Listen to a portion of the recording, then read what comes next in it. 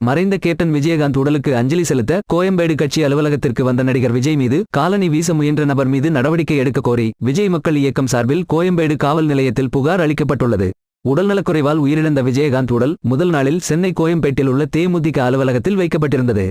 அப்போது விஜயகாந்த் உடலுக்கு நேரில் அஞ்சலி செலுத்த வந்த நடிகர் விஜய் கூட்ட நெரிசலில் சிக்கினார். கூட்டத்தை தாண்டி சென்று விஜயகாந்த் உடலுக்கு அஞ்சலி செலுத்தினார்.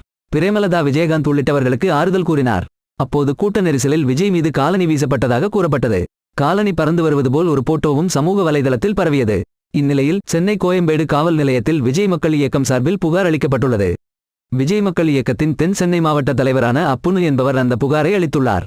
அதில் தமிழ்நாட்டில் உள்ள ஒட்டுமொத்த தளபதி விஜய் ரசிகர்கள் மனதை புண்படுத்தும் வகையில் ஈடுபட்ட நபரை கண்டுபிடித்து அவர் மீது சட்டரீதியான நடவடிக்கை எடுக்க வேண்டும் என தெரிவிக்கப்பட்டுள்ளது.